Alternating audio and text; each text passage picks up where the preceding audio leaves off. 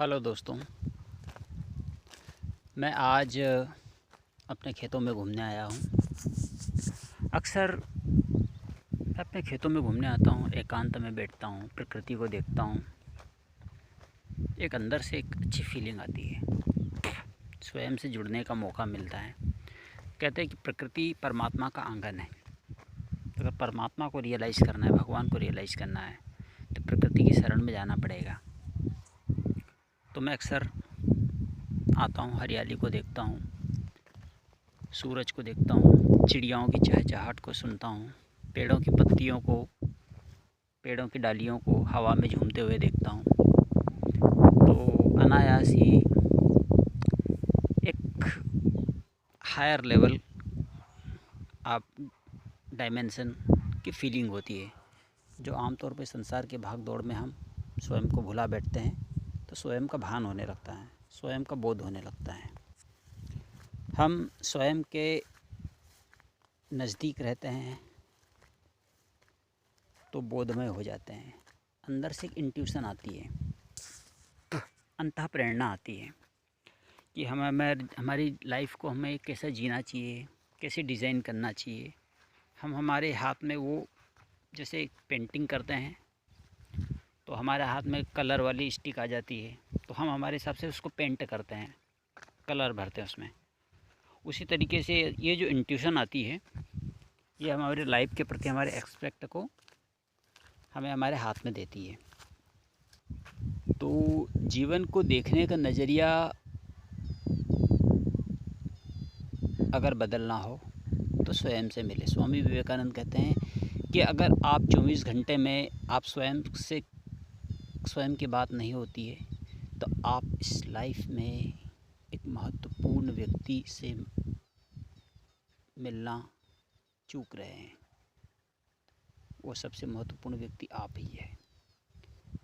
तो हमें हमारे प्रत्येक मोमेंट को, मन के प्रत्येक भावों को, एक्सटर्नल इंटरनल एक इंटेंस अवेयरनेस होनी चाहिए। छोटे छोटे मन के भावों को, विचारों को, बाहरी क्रियाकलापों को, दैनिक व्यवहार को ऑब्ज़र्व करें। जब ऑब्ज़र्व करते आप छोटी छोटी चीज़ों को, तो कहते हैं कि तमस हटता है, अंधेरा हटता है। हमारे अंदर जो इंटेलिजेंस है, हमारे अंदर प्रज्ञा है, बुद्धिमत्ता है, उसका धीरे धीरे जागरण होने लगता है। और उसकी रोशनी में आप सभी चीज़ें क्लियरिटी से देख पाओ। लाइफ में क्या है, क्लियरिटी सबसे महत्वपूर्ण है। क्लियरिटी जब आप हमारे जीवन के विभिन्न पहलुओं के प्रति क्लियर रहते हैं, क्लियरिटी रहती है, ट्रांसपेरेंसी रहती है, तो हमें मन के बहुत सारे उलझने, डर, चिंता, भविष्य का डर, पास्ट की चिंताएं, ये सब दूर होती है। हम धन क्यों कमाना चाहते हैं? कि हमारे मन में अज्ञात बहुत सारे डर रहते हैं कि हम उससे मनी से, धन से उस चीज़ को कनकर कर लेंगे, उसको जीत लेंगे। पर देखा गया है कि जो करोड़पति, अरबपति है, वो भी कहीं ना कहीं दुखी है।